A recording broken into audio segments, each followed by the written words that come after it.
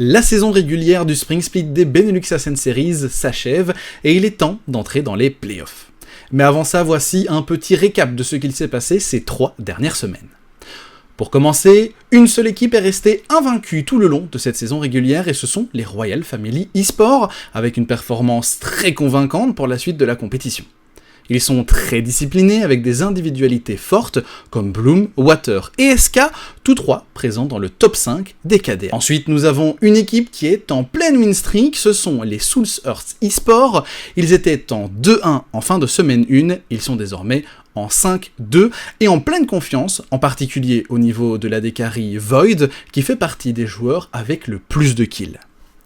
Pour clore ce top 4, Snooze eSports et Mindblue qui ont fait quelques glissades, mais qui sécurisent tout de même leur place en winner bracket. Côté Snooze, on peut compter sur les carries qui, quand ils sont devant, arrivent à faire la différence jusqu'à la victoire. Enfin, chez Mindblue, le jeu reste bon et discipliné, mais parfois de petites erreurs en draft et en jeu leur coûtent cher. La Red White entamera prochainement son parcours dans le loser bracket. Si l'équipe dispose de très bons joueurs, leur impact a souvent été limité par des choix de draft discutables. Pour espérer remonter la pente, il leur faudra impérativement s'appuyer sur des compositions capables de valoriser leur carry.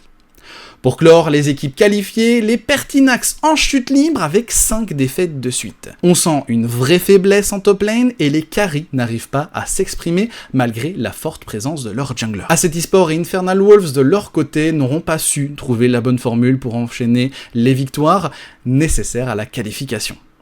Un manque d'expérience ainsi que des difficultés dans la gestion des objectifs de la carte et de la macro auront pesé dans la balance. Ces deux équipes auront cependant l'occasion de revenir plus fortes lors des prochains qualifiers du Summer Split.